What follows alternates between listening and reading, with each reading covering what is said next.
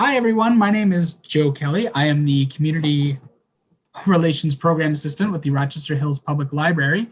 And welcome to this evening's Smart Town program, COVID-19, What Do We Know? With Ascension Providence Rochester Hospital's Dr. Mohammed Kashlan and Stephanie Bauer of the hospital's Community Health and Education Department. Join us Tuesday, April 6th at 7 p.m.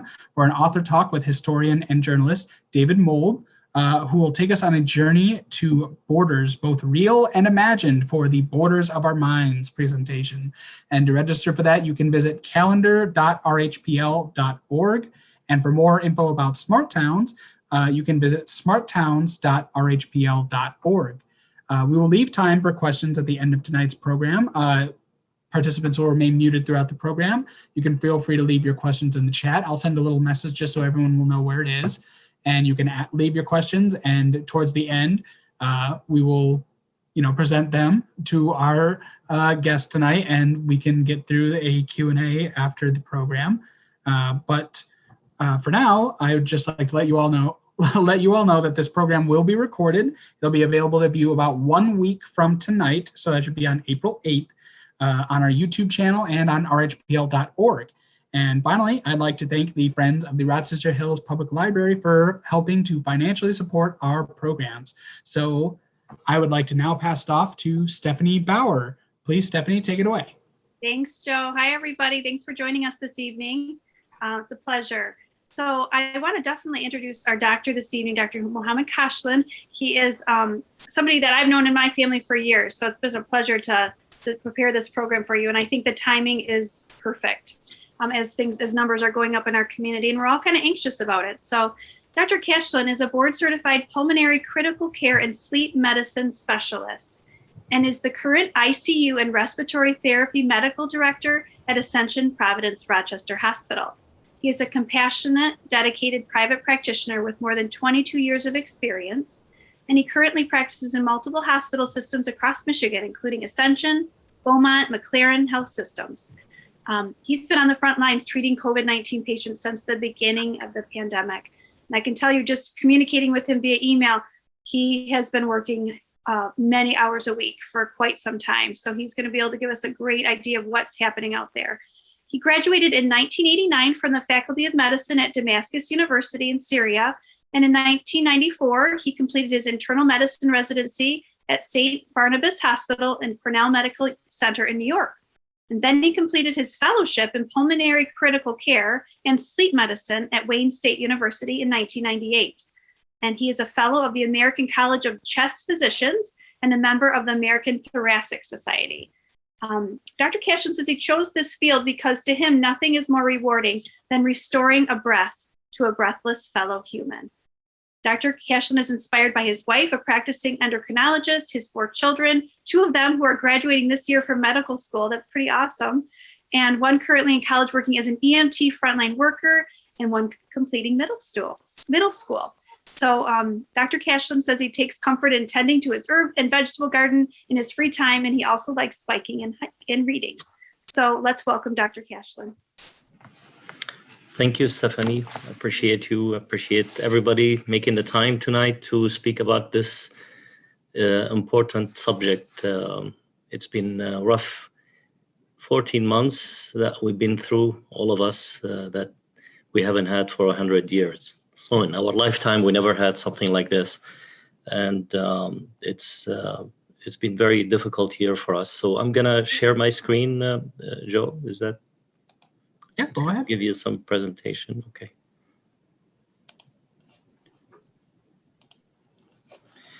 All right.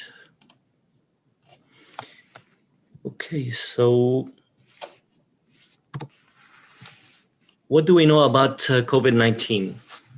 The current statistics, as I checked it after midnight yesterday, globally we have 128 million almost confirmed cases, and globally, unfortunately, there is 2.8 million deaths.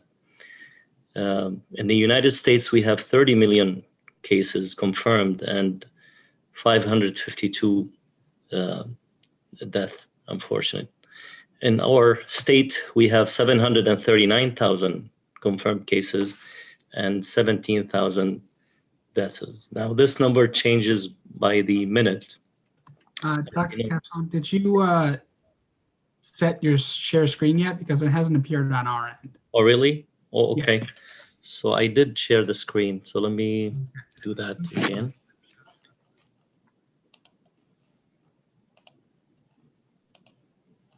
There we go. Is it appearing? Yeah, it is appearing this time. I don't know what happened last time. I But didn't. it's showing up on my end. Okay. All right. So that's good now. Everybody sees it? Okay.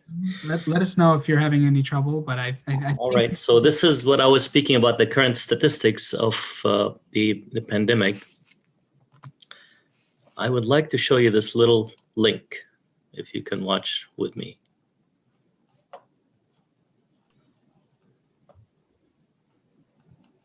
if you are playing a video in another program, you would have to share the screen through that program. Can you see it, Joe? No, if it's playing in like an internet browser, you're going to have to go back to share screen to open up that browser screen particularly. Oh, sorry. If you're sharing a video link from another browser, you'll have to go into share screen and share for that program because it works on a program by program basis.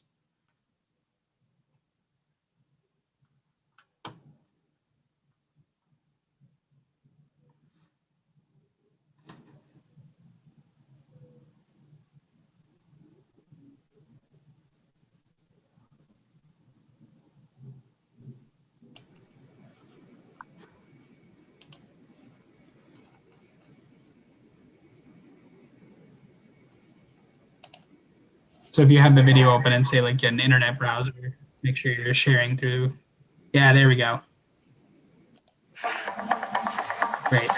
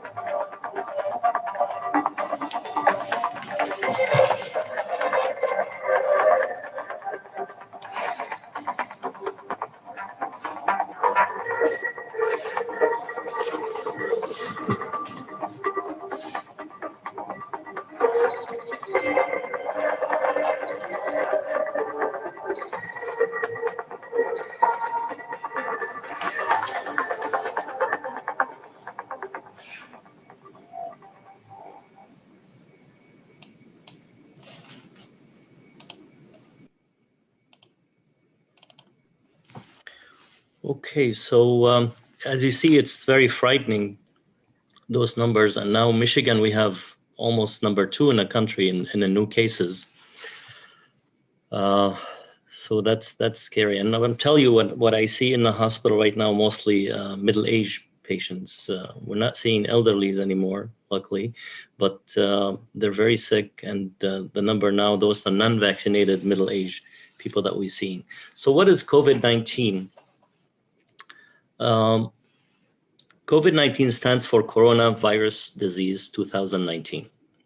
It's caused by a virus called SARS-CoV-2, because there is another virus called COVID SARS-1. The virus first appreciated late 2019, as you remember, and quickly spread around the world, causing the pandemic.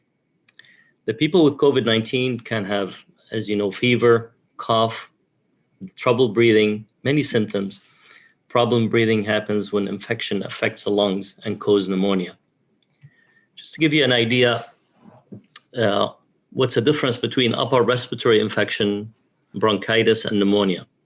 Oftentimes we mix those up. So usually the infection starts in the upper respiratory area, the nasal area, the pharyngeal area, and the throat. And sometimes it's just limited to this area, and it goes away. Sometimes you have no symptoms at all, and just minimal congestion in the nose, and it goes away. When it tends to bypass the throat and go into the trachea, and the windpipe, then it becomes bronchitis. And you see how the difference between the normal bronchial tube and the inflamed bronchial tube. Now, the problem when it goes even further deeper and affect the actual lung tissue, and that's called pneumonia. As you know, the lung function is to take oxygen from the air and get rid of carbon dioxide from our body, which is the product of our metabolism. So when this happens, that virus is in direct contact with our bloodstream and can cause viremia, which is the virus will translocate from the lung into the blood and cause pneumonia. And that's usually when people start having low oxygen level and end up in the hospital, and unfortunately. And you see this is a difference between a healthy alveoli, which is the unit of the lung, the unit that do the actual oxygenation. So in late 2019, this novel virus came from, first discovered in China, as you know, in Wuhan. And the SARS and all those coronaviruses stems also, the main reservoir animal actually for it is the bats. I don't know why bat is the main reservoir of it, but it's the only flying mammal, that we have. So let's talk more about the virology of the virus. Let's go a little bit deeper into that. Corona, it's a Latin word, means crown. And as you see, the virus, as if it has a crown into it, those are protein spikes. And that's how it basically latch into the cells of the respiratory epithelium. And so it enter the nose and then go into the cell and find the receptor that it latch into it through those spikes. And then enter the cell and start replicating and using the cells as a host to replicate itself. So coronavirus has been known for a long time, and it's 1/3 of the common cold cases are caused by it. So it's not something new, and usually cause common cold, but it has 4 genera. That's four type, if you will, of the virus. There's alpha, beta, and gamma. What we're interested in beta. So most of the viral illnesses in human, that common cold, caused by alpha. Beta is the problem, and that's what causing all this pandemic. So the first time that SARS, which SARS stands for Systemic Acute Respiratory Syndrome, meaning severe lung disease, basically, and distress. It caused by this coronavirus number 1 in 2002, if you remember, also came from China, from the bats. There was only 8,000 cases and 755 deaths. You might ask yourself, why coronavirus 1 versus 2? That did not cause pandemic. It just caused like a little, only 755 deaths, and this one we have millions of deaths. So I will tell you the only difference is the incubation period. Incubation period is the time from the virus entering the nose and going into the system to the displaying symptoms. And the incubation period on COVID-1 was like few days, 3 days. In COVID-2 is 2 weeks. So people will have the virus in their nose and spread it without having any symptoms for 14 days before they develop any symptoms. And that's what it's a setup for pandemic, basically. And between those two, SARS-1 and SARS-2, the current one, we have the Middle Eastern Respiratory Syndrome that also in 2012, the origin was bat, and then intermediary host was the camel, was in the Middle East. Also, it didn't mount to a pandemic, luckily, because of the short incubation period of time. Let's even go deeper into the virus. Okay, so as we said, this is a diagram of the virus. The virus, there's 2 types of viruses. There's RNA viruses and DNA viruses. This virus is RNA. And the larger the RNA, the more the virus can do more mutations. Mutations mean changing itself. And it's basically, this is the RNA in the middle of the virus, right? This is like the brain of the virus. And it has a cell wall, right? And those spikes of protein, and each part of this virus has a function. So that RNA, which is the brain of the virus, has a cap to prevent the virus from being killed by the cell. And it has a body that encodes the protein of the virus. So when it enters the human cells, this is called the non-structural protein of the virus. And the tail, which is of importance, that encode the structural protein. I'm going to tell you what the structural protein of the cells. And then we have that envelope, lipid envelope. Lipid means fat envelope to protect it. So as we said, the tail of it encode the structural protein. And the structural protein means the skeleton of the virus. We have the first protein is the spike, which is here. And that's attached to the host ACE2 receptors on the cells and fuse into the cell wall. So it basically gives entry to the virus into the cell. So it opened the door of the cell basically to enter. And then the other structural protein is matrix, which is in the middle, and then the envelope and the nucleocapsid also. So here is a coronavirus, SARS-2 COVID-2 virus trying to enter the cell. So see how the spike protein here trying to latch into that receptor, that ACE2 receptor, angiotensin converting enzyme receptor 2, that we found on the wall of the cells. That receptors found mostly in the respiratory system. So you find it in the nose, in the throat, in the airway, in the lung. And you can find it also in the intestine. You can find it in the heart and in the brain also, and some in the kidney. So those are the target of this virus. That's why you see some people will have diarrhea. Some people will have other symptoms aside from the respiratory symptoms. So it latch into that receptor, and then it engulfs itself into the cell and goes into the cytoplasm of the cell, which is the C that inside the cell. And then that code, that RNA code, use the RNA of the cells to replicate itself. So it's using the cell to make a new viruses in a process, complex process. So basically, the virus goes into the cell and use the cell to make new viruses. And that's how it replicates and basically cause more problems. And that cell basically destroyed.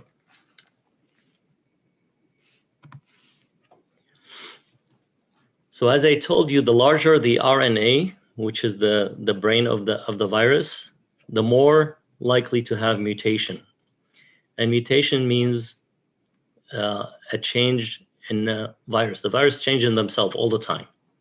And when you have multiple mutations, we call them variant. And now we have the UK variant and we have the South Africa variant, which basically a challenge for the microbiologist and challenge for us to see what is the best way to protect ourselves from this virus that keeps changing itself. And luckily, the vaccine protects from all those variants so far. So as I mentioned, the mutation is the RNA virus that's subject to rapid mutation as they replicate. Some of those mutations cause nothing, and some of them cause disease. What we're interested in the mutation in the spike protein of that virus. And so far, we have the UK variant, the B117, and the South African variant, N501Y. So you might ask yourself, how does COVID-19 spread? It's spread mainly by droplet, okay? When we speak, when we sing, when we talk, unconsciously we have droplet coming out of our mouth. And those droplets can pass the virus. So from person to person. The droplet, usually the size of it is 5 micrometer. You know, to give you an idea, a micrometer is it's microscopic. You can't see it even. It's tiny particles from the infected person lung and airway travel through the air who are nearby. So the droplet usually, it drops 1 to 3 feet from the person who is infected. And there's the airborne, basically, which we don't think it's airborne, but it's possible. And the droplets will be smaller, less than 5 micromillimeters. And usually you have it indoor. So if you're in a closed place and there's air circulation, closed air circulation, and somebody has COVID-19 and is coughing in the house, that virus gonna spread into the air and circulate, and that's called airborne transmission. But most of the transmission with COVID-19 is droplet. And the droplet also can happen when somebody cough on a surface and then you touch that surface, you touch the droplet and then rub the eyes or rub the nose, and then COVID gets, transmitted. And that's why most of the household people, same household, they get infected unless they're extremely careful. Once the virus enter the house, unfortunately, it just spread. So the virus passes easily between people who live together, as I told you. Also gathering, restaurants, talking close to each other, shaking hands, hugging, sharing food, all the things that we'd love to do, right? And we cannot do anymore.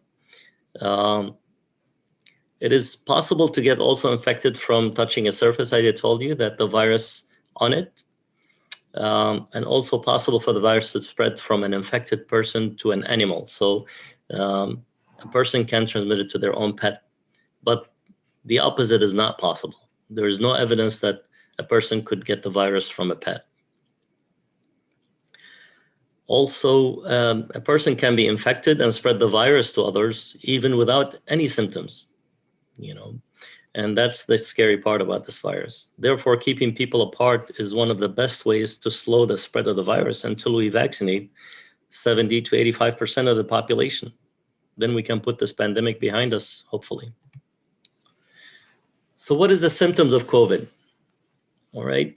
Usually after the virus enter the upper respiratory infection and start replicating, and then within 14 days, the body start react to it. So reaction could be fever, cough, sore throat, runny nose, fatigue. You could have GI symptoms, as we said, like diarrhea, vomiting and nausea, loss of smell and loss of taste, and then shortness of breath. When shortness of breath happen, this is when we are worried. Okay, that's when people end up in the hospital and start the spiral down.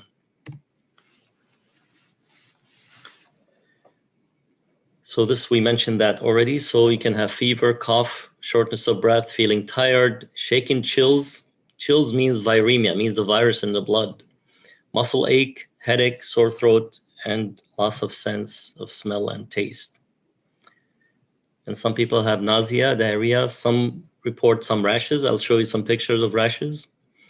Most symptoms get better within few weeks, but small number of people get very sick and stop being able to breathe on their own. And in severe cases, the organs stop working, which can lead to death, unfortunately. Some people never show symptoms at all, especially the younger, like teenagers and below. And children can get COVID, but they're less likely to develop severe disease or symptoms, but unfortunately they can pass it to grandma and grandpa and their parents also. This is a COVID rash, as you see this virus, and there's other rash that I want to share with you that's called COVID toes. This is related to clots in the toes. Usually it's this virus causes a lot of clotting in the blood, and we see sometimes blood clots in the lungs, blood clots everywhere, and we put them on blood thinner actually. And this is when you block the arteries of the toes, you get those kind of rashes. So who is everybody get sick and get severe disease? Actually, no. Most people, actually, they will have mild disease and they recover. But because the number of people that are sick are a lot, then this small percentage become a big number and overwhelm the system, especially people who are having underlying diseases. Above age 65, our immunity start declining significantly. And people above age 65 are at higher risk for COVID. And that's why we started vaccinating people above age 65. People with serious heart disease, chronic kidney disease, type 2 diabetes, and type 1, chronic obstructive lung disease, what we call COPD, related to smoking. Obesity is a big factor. The BMI, if it's high, it's really cause dysregulated response to the virus, and oftentimes cause a lot of inflammation, a lot of clotting, and they tend to get really worse. I would say obesity and asthma are the highest risk of people. Somebody have weak immune system like HIV infection or being on chemotherapy also tend to have more severe disease. People with cystic fibrosis, hypertension, and sickle cell disease also have increased risk of becoming severe. So how do we test the virus? Right now we know the symptoms. Let's go next to how we test it. Everybody knows that gagging feeling that we feel when I'm sure everybody of you got one time at least tested. So that's where they go. There's a nasopharynx in this area to swab it. And then they can check for either the antigen, which is the rapid test. We call it rapid test. So we're checking the antigen. It's looking for the protein from the virus, that spike that we talked about. And it's the beauty of it, it's fast. Within 15 minutes, you get the answer, but it's not as accurate. You get a lot of false negatives, especially if the one who did the test did not do it right, did not go deep enough or did not get a good sample. So even if it's negative, it's still possibility that there is COVID there. And that's why we do the second test, which takes a day or two, which is the nucleic acid test. Now we're looking for the genetic material of the virus. We're looking for the brain of the virus, the RNA, right? And that usually is slow, but it's more accurate. And there's the antibody test, and that's not good for the acute infection. That's good to see if somebody been exposed before to the infection. So it's not going to help you to diagnose COVID right now. It will help to tell if this person had COVID in the past. So we oftentimes we don't do that antibody test. Only if the patient insists and they're curious, they want to see if they had it or not. Then we do a chest X-ray. This is the normal chest X-ray here. You see that those are the ribs. This is the heart in the middle. This is the diaphragm, which is the muscle that separates the abdomen from the chest. And this is the right lung and the left lung. Air should be black on X-ray. So you see how the lung is black here, black here. This is a COVID lung. You see all this white? This is all pneumonia. We talked about pneumonia. That's the infection, that virus going into this unit that exchanged oxygen and destroy it, basically, unfortunately. And this patient has a tube that's intubated. You see that tube there?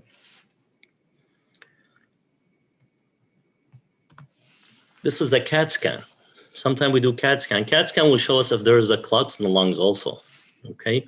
So the CAT scan, what you're seeing is if you're cutting, it's cut basically. So you see this is the spine. Those are the ribs. This is the sternum in the middle. This is the heart in the middle here. And this is the right lung and left lung, and that's normal. You see how it's black and nice? Look at this. This is COVID lung.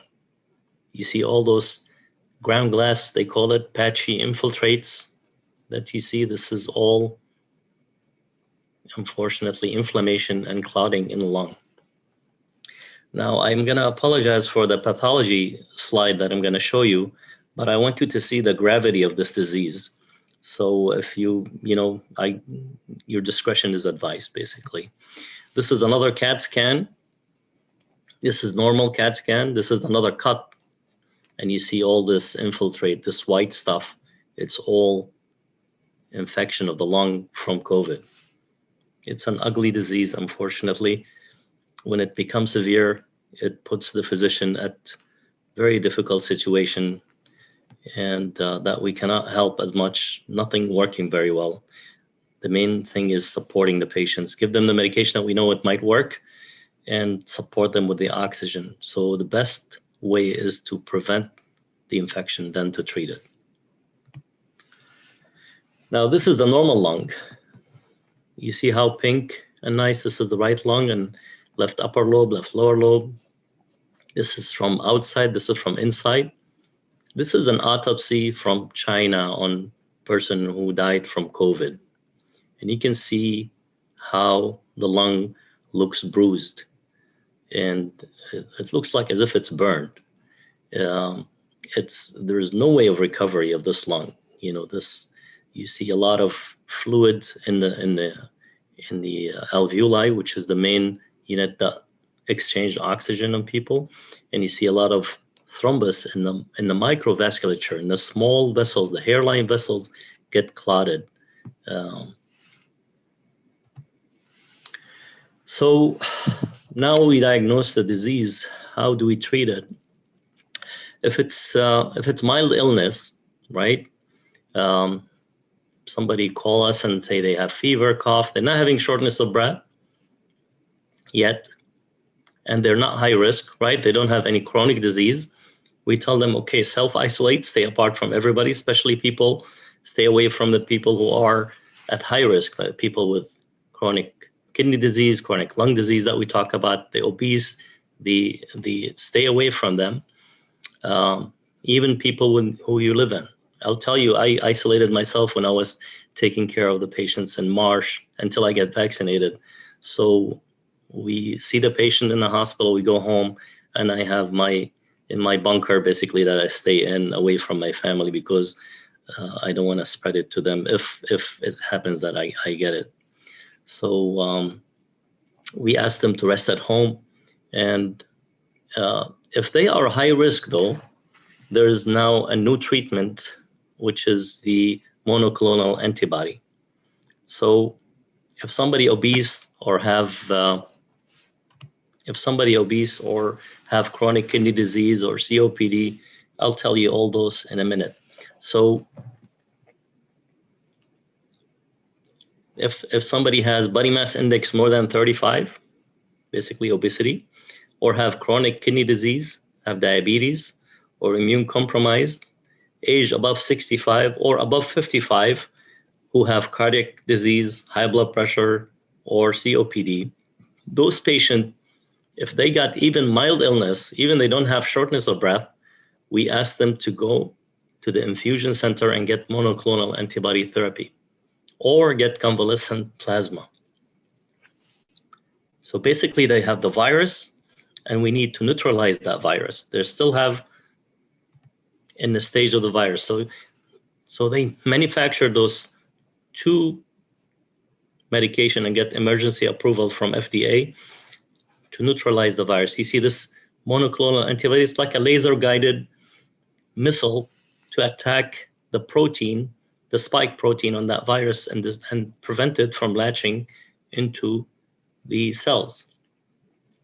And that's what President Trump got. That's the Testilizumab. This is from Imdinivimab. And this one we call BAM. That's what we give. And ER sometimes infuse at Ascension Rochester. I usually send my patient there to get infusion if they are having mild illness and they have all those any of those risk factors. It's a one-time infusion, and that can neutralize the virus and prevent the disease from progression. So then we don't have this mild disease stay mild and does not go into severe. Because once it's severe, we cannot do that. Convalescent plasma, usually if people get COVID-19 recovered, they donate their blood after 2 weeks. And then we take the plasma and infuse it to the patient. Again, the plasma works in the early stages. We try to give it in late stages, it doesn't work because what happens is the virus is gone. We're dealing with the inflammation. So when the virus is there, it's in the early stages, we give the plasma, we give the monoclonal antibodies. Now we go to the group of severe illness. That's when people have difficulty breathing, and then they check their oxygen and it's the oxygen low. I advise all my patients when they get COVID to buy the pulse oximeter.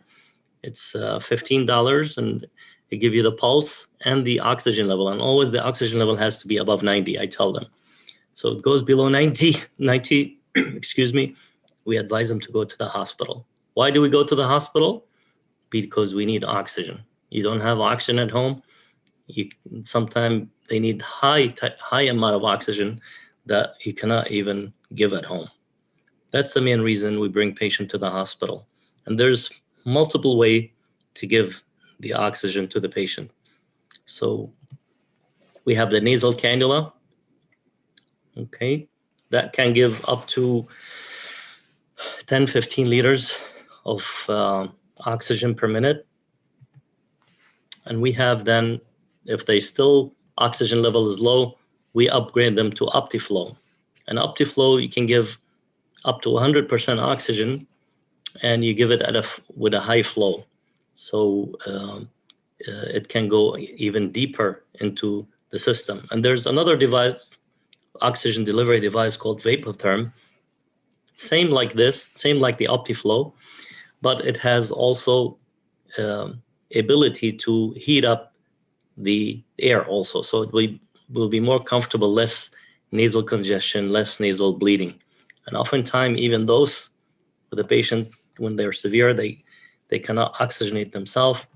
And then we switch them to BiPAP or CPAP, which basically you're giving oxygen and you're push the air through the patient. That machine push air through and help them ventilate and oxygenate. When that fails, then we have to resort into intubation and then hook them to a ventilator. And that's usually the last resort for those patients. We try to avoid that because once they end up on a ventilator, unfortunately, the mortality rate jump really almost to the 80%. But if they cannot breathe, we have to do what we have to do. So we put them in a ventilator, and basically that tube will be hooked to the ventilator and the ventilator will breathe for them. And sometimes even the ventilator cannot give enough oxygen because the lung is so damaged and needs longer time to be repaired. That when we airlift them to get Ecmo. And Ecmo stands for extracorporeal membrane oxygenation, which basically a dialysis of the lung. It's a really major procedure. They cannulate the vein in the groin, sometime in the neck, and they take the blood, put it through the machine, oxygenate it, and bring it back to the patient. That's like a last resort. I haven't seen anybody coming off this when they reach the severe COVID, but we do our best. What ammunition we have treatment-wise, medication? The only medication that showed improvement in mortality, two of them actually, the steroid, which is dexamethasone or prednisone, and that only given if the oxygen level is low. Given the steroid in the early stages before the oxygen goes down can make COVID worse. So make sure you don't ask your doctor to give you steroid if you don't have low oxygen level. So this should be done only in the hospital or if the oxygen level is low. And the other medication that improves survival is anticoagulation, which is blood thinner, basically. Because as I told you, this virus it causes the blood to be thick and clotting happens. So everybody get a low dose of blood thinner when they get into the hospital. And if we see evidence of clotting, we give a high dose. Now, there's a study about medication called Ramdezvir, and that's basically stops, stops the virus from replicating. The study showed that it decreased the length of illness, and that also has to be given in the viral stage within 7 days with low oxygen level. So we give this cocktail to the patient. Now, there's medicine called Testilizumab, which is Actemra, and that's given as 1 dose. And this is usually given to patients with severe inflammation. It attacks interleukin-6, which is inflammatory marker in the blood. Studies showed it improved mortality, some mild improved mortality. In the beginning, the study did not show improvement, but then when you put large number of people in the study, it noticed improvement. And I noticed improvement actually in the patients, especially the young one with tocilizumab. Ivermectin, a lot of debate on ivermectin. We have only in vitro study, means not on human, is done on cells, monkey cells actually, infected with the virus. They infected the monkey cell with virus. And then in the lab, they put the ivermectin and they noticed that the virus stopped growing. But the problem is the dose that they gave, if we give to human, will be lethal. So they used a very high dose. So there are some studies ongoing right now, like 30 studies, and we're waiting for the result.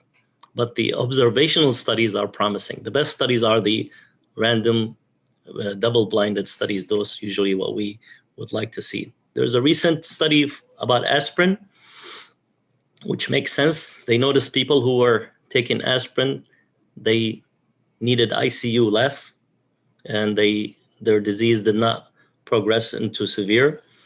But again, this is a retrospective study, not prospective. So they look after the fact, basically. So I'm giving some aspirin to my patients if there is no contraindication for the aspirin. There's studies about Pepcid, which is medication to decrease the acid in the stomach, that it helps. There are studies about melatonin and vitamin D also. But there's no evidence that those will improve mortality as of now. The only thing that works is the steroid, the blood thinner, and basically the oxygen and the ventilation support. This is the Ramdezvir. This is the Actemra. Ramdezvir, the price is $1,000 per day, and they give it 5 days.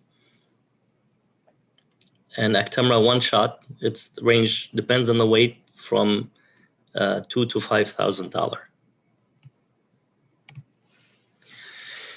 So we don't want to get the disease, right? We want to prevent it.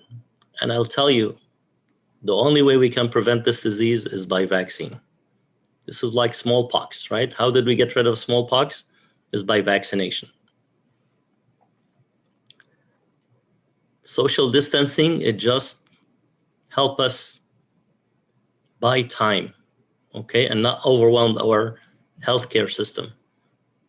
In one of the hospitals I was practicing in March, when all the pandemic was ramping, we ran out of ventilators. And we start using the portable ventilators. We start using the ventilators that we do in the OR, the temporary ones. And it was rough time. So we need to do those things until we get vaccinated, all of us. If we vaccinate 70 to 85% of the population, we are good. We're gonna put this behind us, I believe.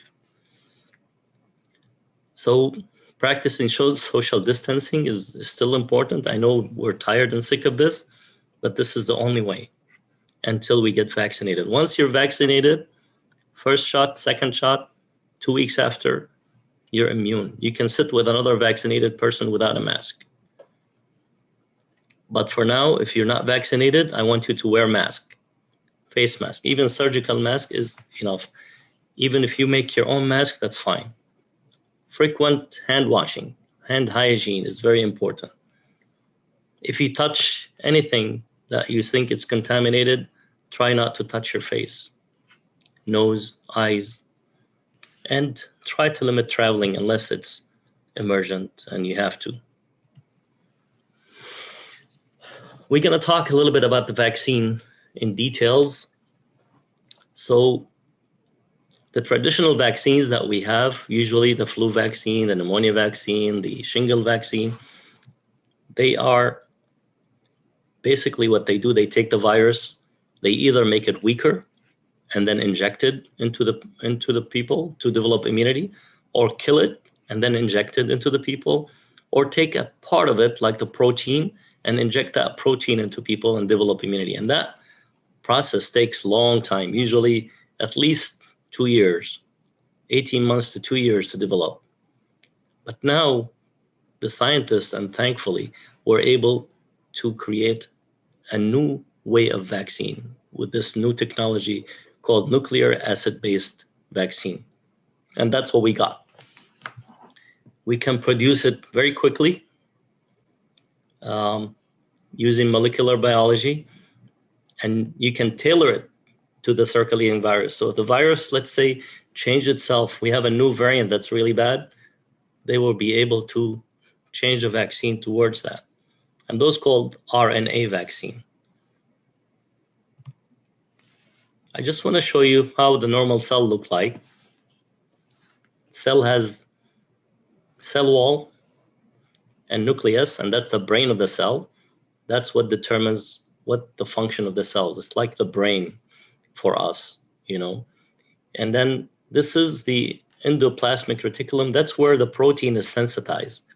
And that's where the RNA messenger plays a role. So the DNA gives order to the cell to form certain proteins, right? With the vaccine, what they did is they were able to encode the RNA of the virus that only produced the protein, the spike protein of the cell of the virus. So basically, they inject that RNA into the system, and that goes not into the nucleus of the cell, doesn't go to the brain of the cells, it goes to this part, right? It doesn't go here, go to this part and start forming proteins similar to the spike protein of the virus, similar to that spikes that I showed you on the virus.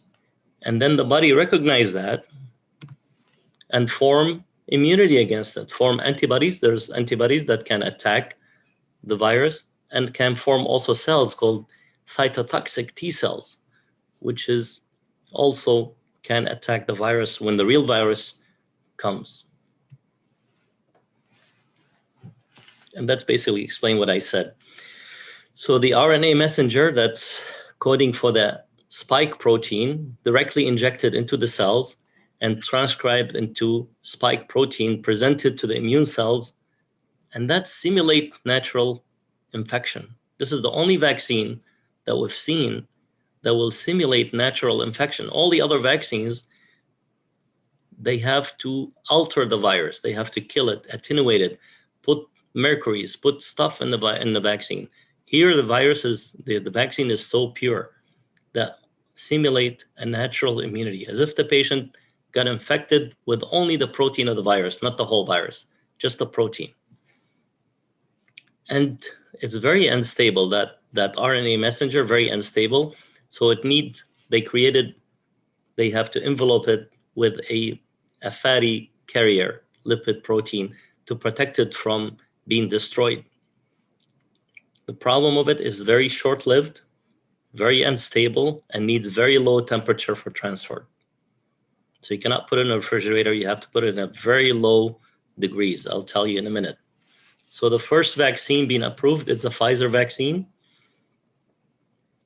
And that's efficacy is 95%. We haven't seen efficacy on vaccines that high before. 95% efficacy. You take 2 doses, 3 weeks apart, but you have to keep it in minus 112 Fahrenheit. That's very low temperature. Okay. And the Moderna also efficacy similar, almost 94, 95%. Also 2 doses, but it require less, like warmer temperature, if you will, not -112, -13, because of the envelope that they created is different than the envelope that Pfizer created. And there's the Johnson & Johnson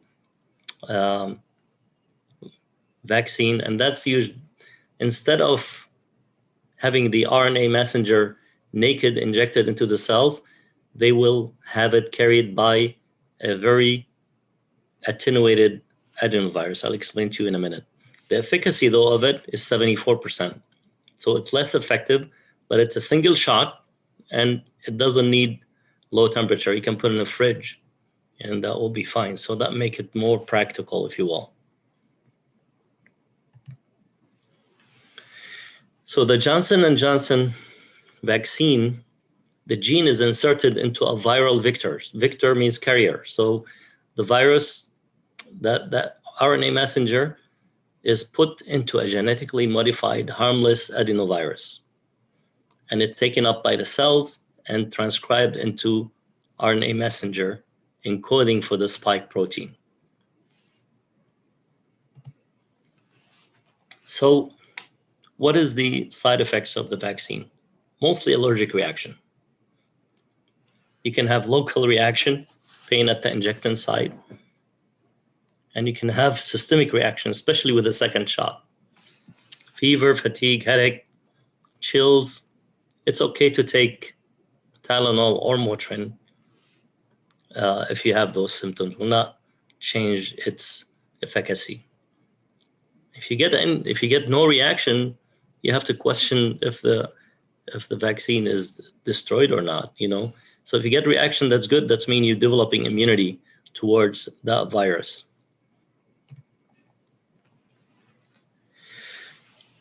So what's the contraindication for the vaccine? Who should not take the vaccine, right? If somebody take the first shot and develop severe allergic reaction to it, maybe you should not take the second shot, or maybe you should be prepared with EpiPen to treat it if it happens again. We notice the anaphylactic reaction happens only 4.5 per million. Right now, I think 100 million administered, 4.5 per million anaphylactic reaction. Anaphylactic means severe allergic reaction. So it's very low.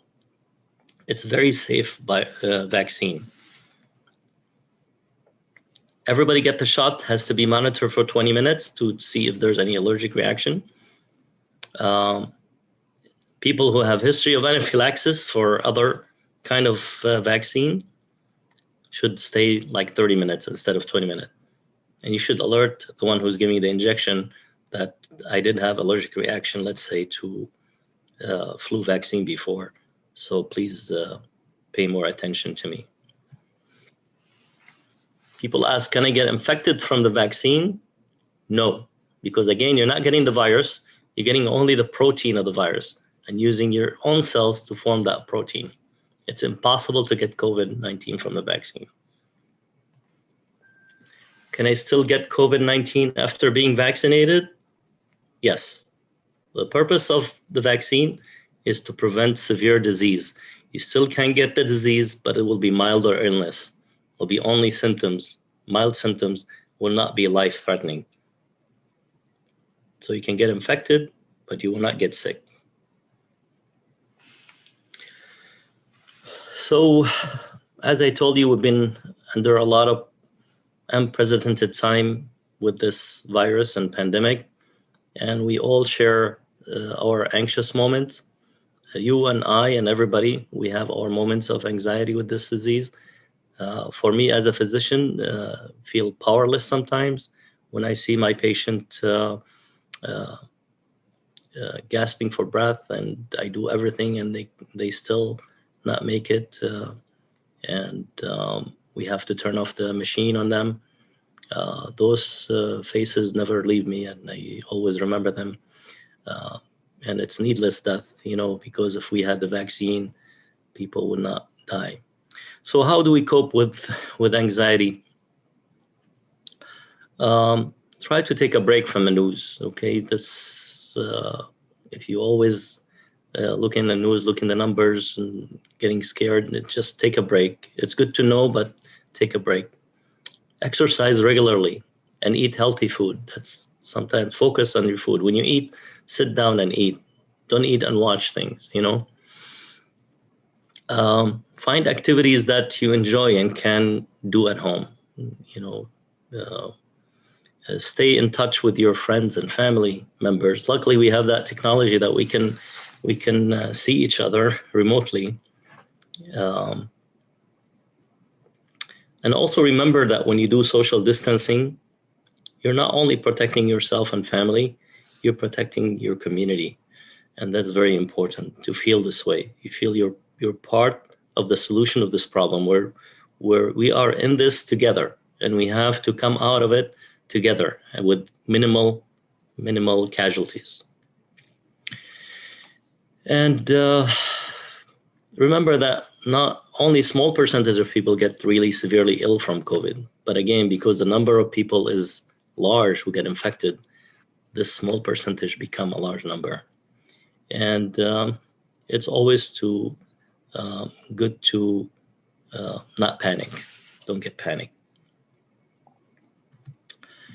That's all for a little summary about the COVID. This is a picture of myself in March when we were seeing those very sick patient in the ICU. This is in Lapeer, and you see how much protection we have, mask and helmet and everything. But we always have a hope for our patient. We always strive to get them better.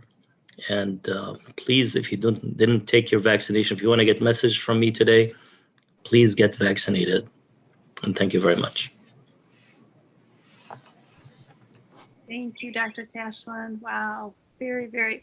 I found myself honestly using my camera to take pictures of some of your screens. They were so informative, and I want to share them with my family too, because some of those points were just brought me a lot of clarity. So thank you. You're welcome. Very much. So definitely the fact that we're recording this today is going to be wonderful for our community as well. Let me just get my questions out, and feel free, everybody, to leave questions. I'm going to be watching that chat. I've written some questions here myself just in case, but it looks like a couple are coming in. So what are your thoughts, Dr. Kashlan, on how long the vaccine will last after a person has been vaccinated? So we don't have a clear answer on that, but I think it's at least 6 months. I would say at least 6 months, because people who get infected, most of them get immunity 3 months. Mm-hmm. And the studies that done on the vaccine, they compared the natural immunity. Basically, they compared the people who got infected, how the level of immunity of the people who are infected.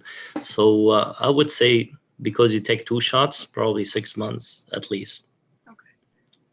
But it's really effective vaccine, because as I told you, I'm not seeing more old people coming with COVID to the hospital. I'm seeing more middle-aged people who did not get chance, unfortunately, to get vaccinated yet. Right. Okay.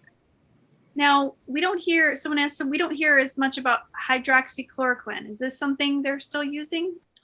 So hydroxychloroquine, in theory, it works, right? Because as I told you, this virus latch into the receptor called ACE2 receptors, right? That spike protein latch into it. The hydroxychloroquine prevents the virus, in theory, from latching into that receptor. And we used it in the beginning on a large scale of patients. We used it in the beginning, but it did not work. And the studies showed that it did not work. And even they did a study for prophylaxis, like you take it in a daily basis to prevent yourself from getting infected. And I tell you honestly, I took it in the beginning myself. I took it like once a week, because I assumed it's like when you go to Africa for malaria, to protect yourself from malaria, you take hydroxychloroquine. So I said, well, I'll take this, because we were scared, in the beginning, and dealing with those patients, and nobody wanna get close to them. So yeah, but the studies, you have to believe the studies that did not show that it works, and it has some side effects. It can affect the heart, it can prolong the QT, so it can cause ventricular tachycardia. So if there is no clear evidence that it helps, we should not take it. So it looks like we have some more questions here. One is, what's the best way to handle being told that you've potentially been exposed to the COVID-19, such as in the workplace or a classroom? Like, how should one interact with in their own home, and how should their family members act? And does everyone need to isolate? We definitely are dealing with this more and more, especially from kids in the classroom. So yeah, if you're suspecting that you get exposed, you have to isolate yourself, not isolate the whole family. Just isolate yourself. I think 10 days should be enough. If you isolate yourself, you don't get any symptoms in 10 days, less than likely that you will have COVID. Mm-hmm. And even if they have like asymptomatic, should go away. That 10 days to 14 days, usually self-isolation. So for instance, if a child has been exposed in their classroom and they've been put into like a quarantine, the classroom has been quarantined, maybe they're doing remote school, that child should be in their bedroom? Or do we have to be that? I would test that child, right? I mean, if it's my child, I'll take and test them, just make sure it's negative. When, it's emotionally not right to, isolate a child in their room. Yeah. So I would test. I think Rite Aid does like free testing. You can register and do free testing, like a drive-by. That's very good to know. Yeah, because I think cost is definitely a concern for many people. Yeah, I know. But if you don't have the means to get tested, I think you only worry if the child gets it and then pass it to the adults. They're non-vaccinated adults, so you might have to be careful. Right. Yeah, maybe wear a mask in the house, but yeah. Well, I did that wrong. I'm going to admit, because my children were exposed in their classroom, and my child didn't feel it was a direct. It wasn't a child that he interacted with a lot. Mm-hmm. So we kept them home and isolated them. My husband and I happen to be vaccinated. Our teenager is not. But we did not. Although we isolated them in the home, we did not test them. And I didn't certainly feel like I should put them in the bedroom. And thankfully, they were asymptomatic and never got illness. God. But I probably should have had them tested. So if this happens again, I'll make sure to do that differently. So thank you for that. You're welcome. Another question is about the pictures of the rash in the COVID-19, the toes that you had on the screen there. It appeared to be young people in the picture. Is that true? And are young people affected by these aspects of the COVID-19 infection? I have a 29 years old right now in the hospital. He's fighting for his breath. Yeah, young people can get COVID, especially if they have increased risk factors, like if they have diabetes, let's say, if they have chronic kidney disease. Some young people are not very healthy, they have a chronic illness or genetic diseases, so they can be affected. Yeah, young people, nobody's immune from this. Nobody's immune, unfortunately. The only way, again, we can get rid of this and put it behind us if 70 to 80% of our population get vaccinated, then it will be in the history. Right, for sure. Yeah. Now, can you explain the connection between obesity and cladding? So obesity, well, obese people, they tend not to move as much, I guess. So that's can cause like more sedentary lifestyle. Gotcha. And the most dangling part of the body is the legs, so they can form a clot. But obesity, actually, for COVID, if you're asking for COVID per se, it caused dysregulated response to the virus. See, if our immune system responds normally to the virus, we don't get much symptoms. We can kick it out. But the problem when you have dysregulated response, not a good response, and then that's when the inflammation happens. So imagine the virus like the spike and the inflammation like the fire, So, and that fire happened more in obese people. For some reason, their immunity is not as good as this dysregulated immunity, if you will. We really don't know for sure why obese people, this is my interpretation, but we don't have any evidence why they get really sick. And the young people, mostly obese, that they are getting really bad, even without any illness, without any chronic illnesses. It's just the increased body mass index. We noticed that they have severe COVID. I have to airlift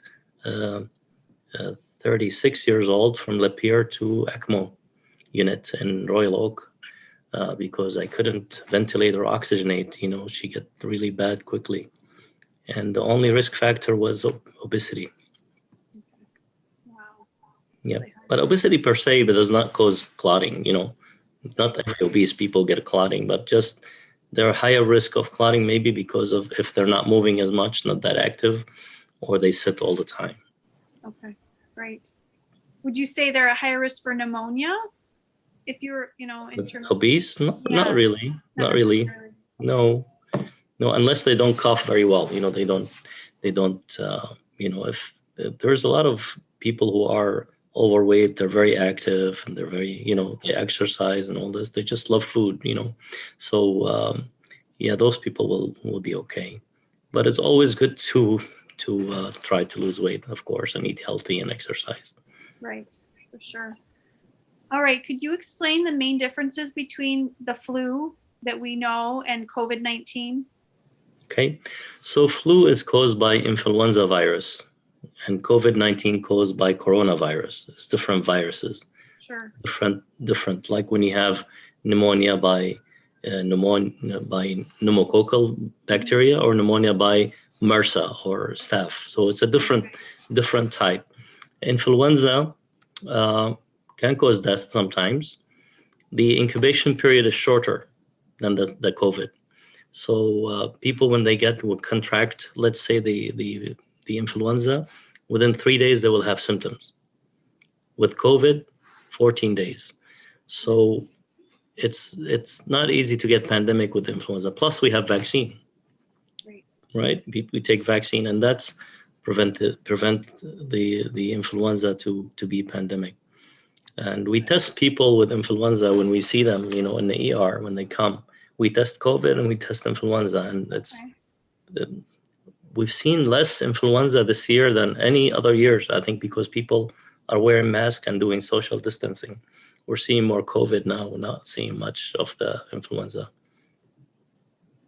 Okay. So I'm glad that you're testing for both because, Yep, we test, kind of assume it's COVID and it's not always. So. Yep, true. That's true. I'm sure people are relieved when it's the flu.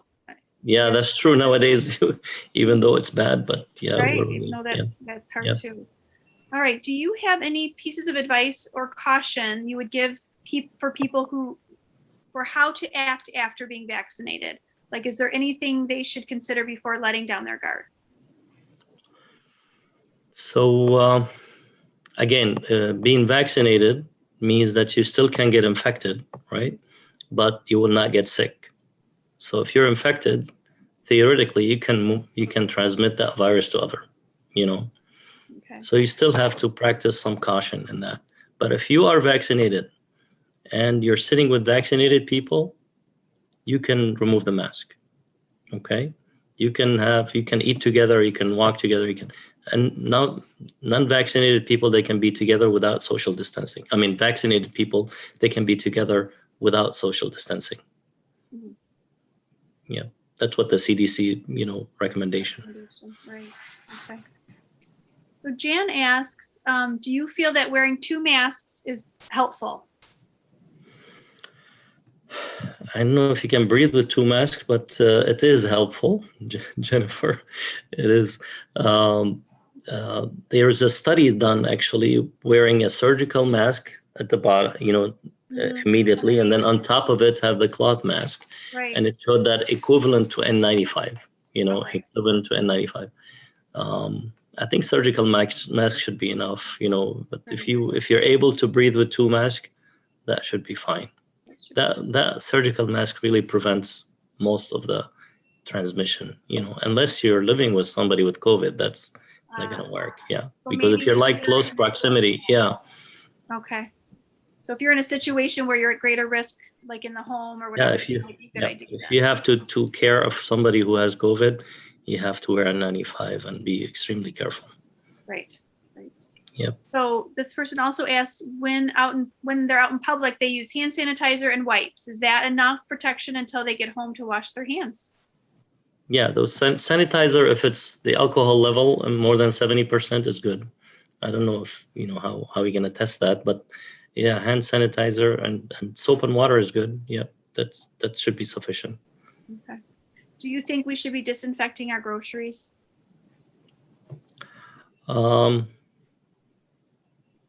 Unless if it's delivered and somebody has COVID and coughed on it and they have the droplet on it and touched it, it's just unlikely. But we don't want to get too much obsessed, Right. but we want to be careful. Yeah, use your common sense. Right. Yeah. Now, someone wanted to mention that you had mentioned about bunkering at home, that you separated or isolated yourself from your family. And this has to be the most challenging thing, but how do you feel, in terms of the challenge it brought to you both as a physician, professionally and personally? Can you share any of that with us? Of course, yeah. That's I think all the physicians who been a frontliner should get some counseling, in my opinion, because we've been through a lot, and I think we're experiencing some post-traumatic stress syndrome because we were faced with something that we never learned how to face in medical school or in our practice. I've never thought I'm gonna have that many people sick at the same time, and people that I cannot help. And plus, when they depart, they cannot see their family. That was the hardest part for us, that their family not allowed to be in the hospital, and it's very sad. Even the funeral, people they don't want to contact, touch the patient, and it's just very sad from all over. But it was difficult time. It's a difficult time, and as I told you, when we ran out of ventilators almost, and those nurses are fabulous. That I see some courageous people there. That it's hard. We can write books about this. Oh, I'm sure there will be many for sure. Maria asked, are there any recommendations you have to keep our lungs strong?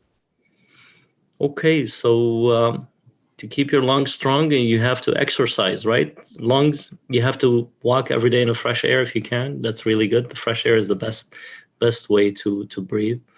And the lungs surrounded by the thoracic cage, right, which is our chest, which has muscle. So if we exercise, that will really help. And even if you have lung disease, like asthma or COPD, if you exercise those muscles will bail you out when you're in trouble. If you get pneumonia or bronchitis, you don't end up in the hospital because those muscles are stronger.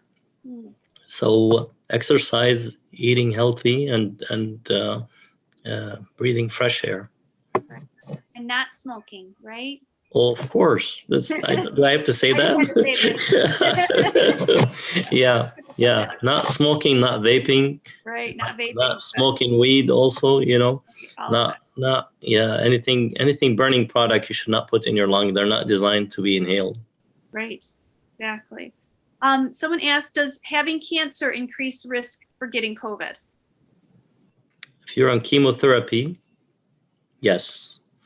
Yeah, and increased risk of having severe COVID, if you will, not increased risk of getting COVID, because everybody can get COVID. Right. But the reaction to COVID could be mild illness or severe illness. People with underlying malignancy of any type can be at higher risk of COVID, especially if they're taking chemotherapy. Okay. That makes sense too to me. Yep. Wow. So someone says, other than medical infusions, is there anything more we should be doing at home to help an infected person? Like, should we treat the fever or let it run its course? Like, are there any recommendations for that? Yeah, treat the fever. It's very, people are miserable, when they have that virus, they feel the dying, they have muscle ache, they have fever. You need to treat the symptoms, Okay. But if they're short of breath or having low oxygen level, you need to take them to the hospital because they deteriorate very fast. And oftentimes I've seen people they come with cardiac arrest sometimes. So be careful. Yeah. If there's low oxygen level, we're here to help in the hospital. Okay. Yes. And that sounds like oxygen has been the main. That's basically why we keep the patient in the hospital. That's the only thing that we're providing respiratory support. Oxygen is the key. Right. Do you recommend any supplements that we should take just to be healthier? I know a lot of people are taking vitamin D and zinc and all sorts of things. Is there anything you could recommend? So there's no evidence of that it will treat COVID or prevent COVID, but Right. in Michigan we have less sun. We covered up more than other states, so we're like, if you test anybody, you will find vitamin D on the low side. So I think taking daily 5,000 units of vitamin D is really helpful for all of us. I do that also. Right. Zinc help the sense of smell, helps upper respiratory, but don't overdo it. Right. Yeah. Okay. And vitamin C. Yeah. Go ahead. Some concern about that rapid test giving false positives, and I wanted your take on that, because they were mentioning it that if you've had the virus in the past, it could trigger a false positive. Is that true? Okay. So that rapid test can give you false negative, not false positive. Okay. The non-rapid test, the nuclear test, that takes another day, that can give you false positive. So if you have like coronavirus from previous, like dead virus in the nose, that sometimes could be positive. So falsely. So false negative from so you have to correlate clinically, right? You cannot just like, okay, well, I tested positive. You have to have, other symptoms, or why did you get tested? I'm sure there's a reason. Right. Well, there's just a lot of, I would say confusion with it. And I think the PCR is the one that sits longer and you wait for it. Is that the test? That's the one. The PCR, basically, they're looking at the genetic material of the coronavirus, right? And that's the one that can have that can give you a false positive, but a very small percentage. So if it's positive, most of the time it's positive. Yeah. But the antigen test, which is a rapid test, it can be false negative. Yeah, and I definitely understand that. That makes sense. But you cannot have false positive from the rapid test. Okay. I think of it like strep. So when my children are tested for strep, they do a rapid and then they send one to the lab. And that rapid, if it's positive, you have strep. But if it's negative, we got to wait a little longer because it still could come positive. That's similar? exactly the same. Okay. So another question came in. Does having factor V Leiden make things worse if you get COVID? Yes, I think so, because your blood is thicker than usual. Okay. But most of the time when they have factor V, they're on blood thinner, especially if they have homozygous, so they're protected, hopefully, with the blood thinner. Oh, gotcha. Okay. So aspirin is definitely you mentioned that as something that you're giving some patients if they're a candidate for it. It does make sense. It does make sense because aspirin works on the platelet, right? The anticoagulation work on the liver stop the liver from producing coagulating factor. So aspirin work on the platelet. Platelets are cells, small cells, that when we cut ourselves, they are the first responder. They go to that cut and put shoulder to shoulder, small cells. They put their shoulder together and close that wound, okay? So the aspirin, what it does, it just make those platelets slippery on each other so they don't stick as much. Okay. So it becomes the blood thinner, So when we think about it, if people have COVID and their blood is clotting, we can treat that possibility, that platelet also make them slipperier. And, based on the study that they did, but again, it's a retrospective study, but it's harmless medication. I give it to the sick patient. Yeah. Okay. Unless they have, aspirin is not all people safe. Sometimes it can cause ulcers. If somebody have ulcers or anything in the stomach, that should be taken into account. So consult with your physician before you take it if you want to take it. Right. Yeah, definitely talk to your doctor as always. So thank you so much. I think that's it for the questions this evening. You answered a bunch, so thank you so much for the presentation and for all your time tonight. Thank you so much. Yeah, thank you. Very, very beneficial. Looking forward to that recording. I feel like I need to watch it again, Joe. Yeah, definitely. And we're going to have that ready in about 1 week. So again, that'll be April 8th, and you guys should be able to access that. send it off to any friends or family who you think would benefit from this fantastic information, because, there's a lot of information about COVID flying around, and this really kind of gives you a good crash course on like what we understand and some tips on like how to keep yourself and your loved ones safe, and how to be cautious and smart in these times. So it was a really wonderful presentation. Thank you very much. Thank you, Joe. Thank you, Thanks for Stephanie. helping us survive this pandemic. Thank you. Thank you. Thank you. Take care. All right. Blessing on everybody this evening. Thank you again. Yeah, thank you all for joining us. We hope you will join us for our program next Tuesday. But for now, I will say good night, and thank you all for joining us. And Doctor, please feel free to. Thank you so much. Have a safe weekend, and happy Easter to everybody. Thank you. Yep. Bye-bye. Bye, everyone.